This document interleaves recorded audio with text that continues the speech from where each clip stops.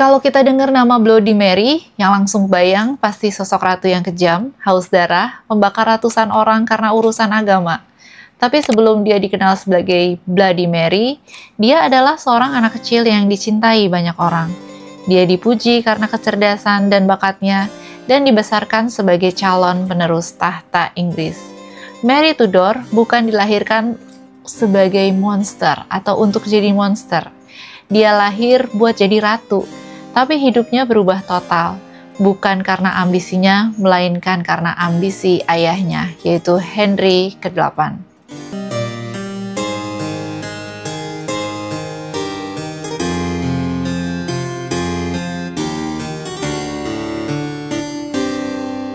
Hai Mars, hai Venus, welcome back to Hokus Pokus, cerita-cerita bareng aku, Ivani. Gimana kabarnya semua? Semoga semuanya selalu dalam keadaan yang sehat ya. Channel ini mostly isinya akan banyak tentang sejarah dan kehidupan bangsawan. So, kalau misalnya kamu suka dengan topik-topik kerajaan, monarki kayak gitu, jangan lupa subscribe dulu sebelum kita lanjut ya. Hari ini aku akan bahas kehidupannya Mary Tudor. Jadi aku bakalan bikin lanjutannya terus nih dari video aku sebelumnya yang udah ngebahas Edward ke-6. So kita lanjut langsung ke Mary Tudor atau masa pemerintahan setelah Edward ke-6. Mary lahir pada 18 Februari 1516 di Istana Greenwich. Dia anak pertama dari Raja Henry ke-8 dan Queen Catherine of Aragon. Sejak lahir dia membawa harapan besar. Bayi ini bukan anak biasa. Dia cucu dari Raja dan Ratu Spanyol, Ferdinand dan Isabella, penguasa yang berhasil menyatukan Spanyol dan membiayai ekspedisi Columbus ke dunia baru. Jadi darah kekaisaran Eropa sudah mengalir di nadinya, bahkan sebelum dia belajar bicara. Dan meski Mary itu perempuan, ayahnya Henry ke-8 ini sayang banget sama dia. Di masa kecilnya, Mary disebut-sebut sebagai mutiara dunia oleh Henry. Dia diajarin bermain musik, belajar bahasa Latin, Prancis, bahkan belajar bahasa Spanyol, dan terkenal sangat cepat menangkap pelajaran. Catherine, ibunya, turun langsung buat mengawasi pendidikannya. Mary tumbuh menjadi anak yang cerdas, religius, dan punya kepercayaan diri khas bangsawan Eropa. Di usia 4 tahun, Mary tuh udah tampil memainkan alat musik di depan tamu-tamu penting kerajaan. Terus di usia 9 tahun, dia bahkan dikirim ke Kastil Ludlow di perbatasan Wales bukan untuk berlibur, tapi untuk memerintah. Wilayah itu atas nama raja. Mary, meski belum dinobatkan secara resmi, diperlakukan seperti seorang putri Wales. Dia punya staf sendiri, dia punya pelayan sendiri, punya pengawal, dan bahkan singgasana sendiri di aula pengadilan. Bayangin, anak 9 tahun sudah menerima utusan dan memimpin rumah tangga kerajaan. Rumahnya di Ludlow mewah banget. Kapel pribadinya dihiasi dengan kain emas. Biaya hidupnya dijamin langsung oleh Henry, yang mengeluarkan anggaran besar untuk memastikan Mary hidup dalam kemewahan dan otoritas yang pantas bagi calon penguasa Inggris. Waktu itu belum ada pewaris laki-laki, so Mary adalah satu-satunya anak raja dan semua tanda-tanda menunjukkan bahwa dialah yang akan menjadi penerus tahta. Tapi ada satu yang bikin kurang srek dan selalu menjadi bayang-bayang, yaitu Mary adalah perempuan. Dan di Inggris, meski nggak dilarang, ratu penguasa tetap dianggap bukan pilihan utama. Sementara itu, tekanan politik agar Henry punya anak laki-laki makin besar. Dan di titik inilah segala sesuatu mulai berubah. Henry mulai jatuh cinta pada perempuan lain selain ibunya, yaitu Anne Boleyn. Anne bukan hanya menarik perhatian raja, tapi juga membawa mimpi, yaitu seorang anak laki-laki. Anne sendiri ini menolak untuk menjadi selir. Dia maunya jadi ratu. Dan untuk menikahinya, berarti Henry harus menceraikan Catherine, ibu Mary. Disinilah Mary kecil mulai kehilangan segalanya satu persatu. Dia melihat orang tuanya saling menjauh. Ia melihat posisi ibunya direndahkan. Dan status dirinya yang dulu disanjung sebagai calon ratu perlahan dihapus dari sejarah resmi istana. Dan semua itu terjadi karena keputusan yang bukan dia bikin, tapi dia harus tanggung akibatnya. Ketika Anne Boleyn akhirnya dinikahi oleh Henry dan dinobatkan sebagai ratu pada tahun 1533, kehidupan Mary itu berubah drastis.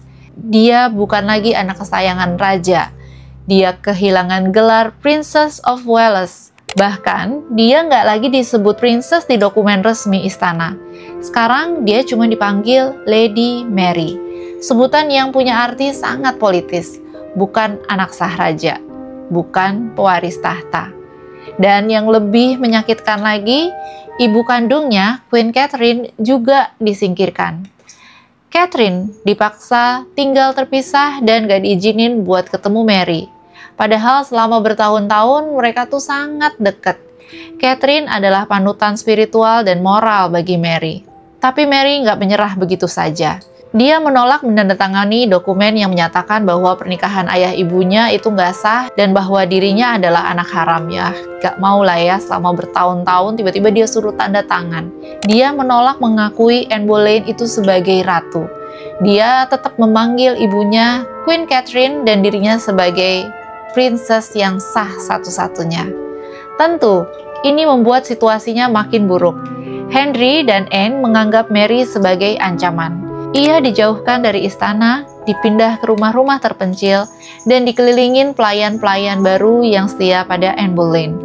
Mary yang dulunya punya pengadilan sendiri, sekarang nggak boleh punya pelayan pribadi, tidak punya duit sendiri, bahkan pakaiannya pun ditentukan orang lain.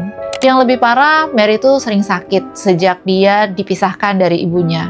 Dia sering sakit kepala, nyeri yang parah, dan bahkan dia suka nggak menstruasi atau jadi jarang-jarang. Gejala yang sekarang oleh para sejarawan diduga sebagai efek stres yang berat dan trauma psikis karena pengasingan dan tekanan terus-menerus.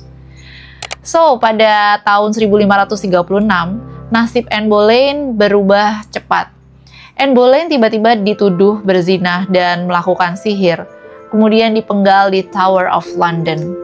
Hanya beberapa hari setelah kematiannya, ayahnya tuh menikah lagi, dan kali ini dengan Jane Seymour. Disinilah titik balik pertama bagi Mary. Jane Seymour bersimpati pada Mary. Dia tahu Mary adalah korban. Dia mendesak Henry untuk memaafkan putrinya. Tapi pada waktu itu syaratnya masih berat ya. Mary harus mengakui bahwa ibunya bukan ratu yang sah dan tetap ya dirinya adalah sebagai anak haram. Tapi di sini Mary dengan sangat terpaksa dan hati yang hancur akhirnya menandatangani dokumen tersebut. Dia memilih bertahan hidup walau dengan harga yang sangat mahal dan mengkhianati keyakinan dan juga mengkhianati ibunya sendiri yang sampai dengan kematiannya tetap mengakui bahwa ialah ratu yang sah.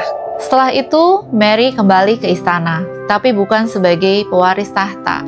Posisi itu sekarang dimiliki oleh adik tirinya yaitu Edward, anak laki-laki dari Jane Seymour.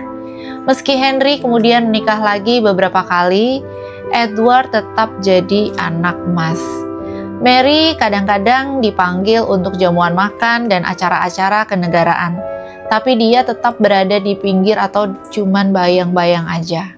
Tapi Mary bukan orang yang mudah dilupakan. Dia tetap populer di kalangan rakyat biasa. Banyak banget orang Inggris, terutama yang masih setia pada gereja Katolik, melihat Mary sebagai simbol harapan lama, simbol stabilitas, iman yang sedang dihancurkan oleh reformasi Henry. Pada akhirnya ketika ayahnya meninggal, yaitu pada tahun 1547, dan Edward naik tahta sebagai raja bocah di usia 9 tahun, situasi Mary makin tambah rumit. Di bawah pengaruh penasehat Protestan, gereja Inggris makin jauh dari Katolik.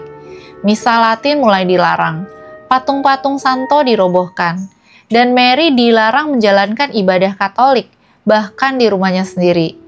Tapi Mary itu kayak ibunya, keras kepala.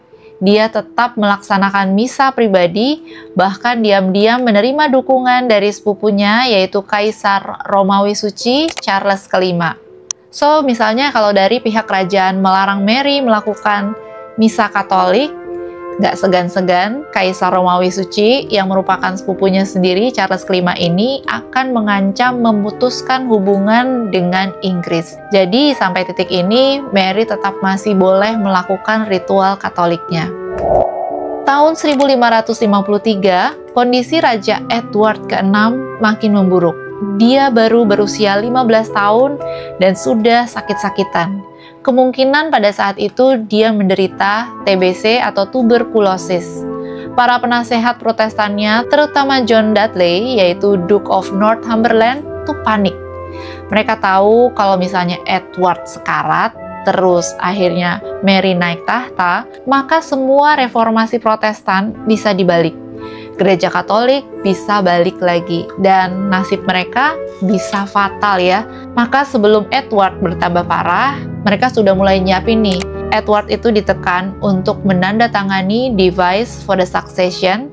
Nanti kamu bisa lihat di video aku yang Edward ke-6, dokumen yang melewati hak waris Mary dan adiknya Elizabeth, dan langsung menunjuk Lady Jane Grey sebagai pewaris seandainya Edward ke-6 meninggal. Jane Grey sendiri adalah cucu perempuan dari adik Henry ke-8, dan yang terpenting dia itu Protestan.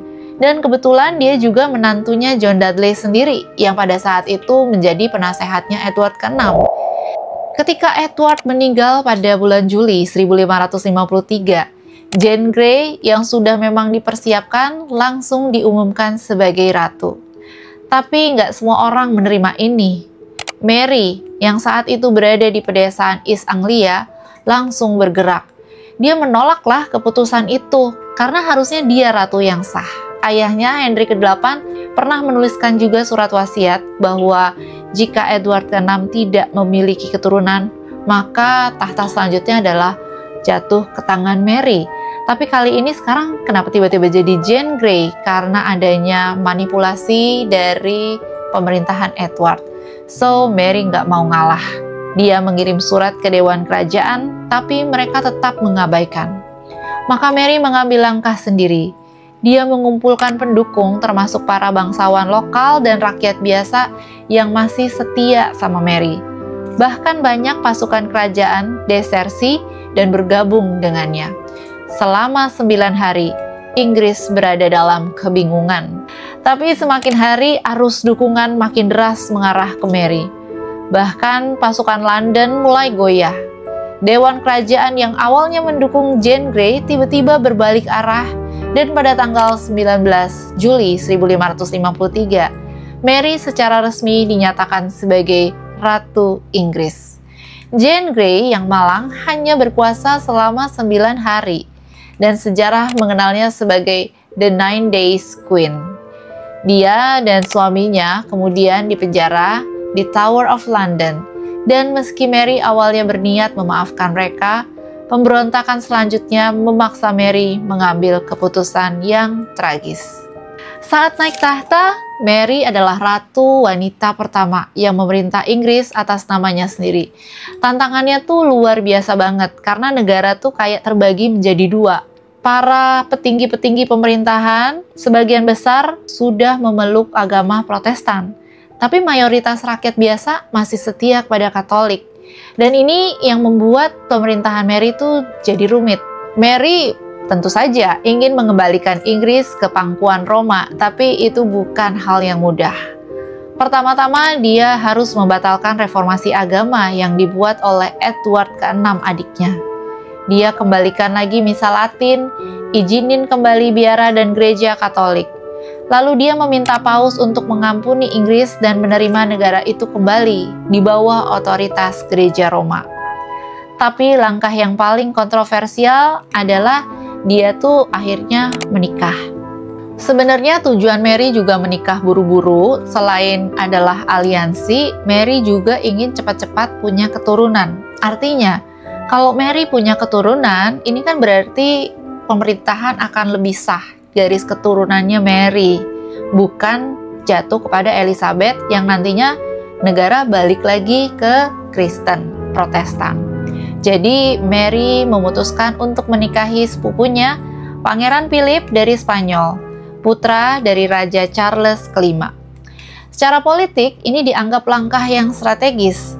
Tapi sebenarnya banyak banget orang-orang Inggris yang mikir ini adalah hal yang buruk. Mereka tuh takut Inggris jatuh ke kekuasaan Spanyol. Dan jadinya kerusuhan pun meledak. Pada awal 1554 terjadi pemberontakan besar yang dipimpin oleh Thomas Wyatt yang ingin menggagalkan pernikahan, bahkan mungkin untuk menggantikan Mary dengan Elizabeth. Jadi rakyat mulai juga terpecah karena nggak suka sama keputusan Mary untuk married sama Pangeran Philip. Pemberontakan itu tapi berhasil ditumpas oleh pemerintahan Mary, tapi efeknya sangat dalam. Jane Grey yang selama ini ditahan dan berniat untuk diampuni oleh Mary akhirnya harus dihukum mati. Karena pemberontakan itu membawa ancaman baru terhadap Mary, karena yang terlibat dalam pemberontakan adalah orang-orang atau keluarganya Jane Grey juga. Dan Elizabeth, adik tirinya sendiri juga ikut ditahan di Tower of London karena dicurigai terlibat meskipun gak ada bukti yang kuat. Dan ini tetap balik lagi karena soal agama, karena Elizabeth itu adalah Protestan dan perjuangan atau pemberontakan ini adalah tentang mempertahankan Protestan di kerajaan Inggris. Jadi tujuan dari pemberontakan ini adalah seandainya berhasil dan Mary bisa digulingkan, yang jadi raja balik lagi ke Jane Grey atau bahkan balik ke Elizabeth. Teman-teman harusnya paham lah ya maksudnya ya. Setelah menikah dengan Philip dari Spanyol pada Juli 1554, Mary makin mantap menjalankan misinya, yaitu membawa Inggris kembali ke pelukan Gereja Katolik. Di awal pemerintahannya, banyak yang masih berharap Mary akan menunjukkan toleransi. Jadi, gak apa-apa balik ke Katolik, tapi yang agama Protestan pun tetap boleh beribadah. Dia sendiri pernah merasakan kan, bagaimana rasanya ditindas karena iman. Tapi harapan itu ternyata gak diperoleh dari Mary. Mulai tahun 1555, Mary bersama Uskup Agung Reginald Pole dan penasihat-penasihat Katoliknya mulai deh tuh menghidupkan kembali hukum-hukum bidah yang telah dibatalin sebelumnya. Tujuannya jelas, yaitu memberantas Protestan yang mereka anggap sesat. Dan disinilah kisah kelam dimulai. Selama sekitar 3 tahun berikutnya, lebih dari 280 orang dibakar hidup-hidup karena keyakinan mereka. Mereka bukan hanya pendeta atau teolog Protestan, tapi juga sebenarnya warga biasa. Ada yang tukang roti, ada yang petani, perempuan tua. Banyak banget yang nggak punya pendidikan atau pemahaman teologis yang dalam, tapi mereka tuh tetap memilih mati di tiang pembakaran daripada menyangkal iman mereka dan daripada balik lagi ke agama Katolik karena mereka sudah meyakini Protestan. Dan yang paling terkenal adalah pembakaran 3 uskup senior Protestan, yaitu Hugh Latimer, Nicholas Ridley, dan Thomas Cranmer, yaitu mantan Uskup Agung Canterbury dan tokoh besar reformasi Inggris. Dan dia juga merupakan Uskup Agung kepercayaannya Henry ke-8. Mereka dibakar di Oxford, dan kata-kata terakhir Latimer masih dikenang sampai hari ini, yaitu, "Kami menyalakan lilin hari ini, Saudara Ridley, yang dengan rahmat Tuhan tidak akan pernah padam di Inggris." Kekejaman metode hukuman ini dan jumlah korbannya meninggalkan luka sejarah yang dalam. Propaganda Protestan seperti yang ditulis oleh John Foxe dalam bukunya Book of Martyrs kemudian memperkuat citra Mary sebagai Bloody Mary, gelar yang masih melekat sama Mary sampai hari ini.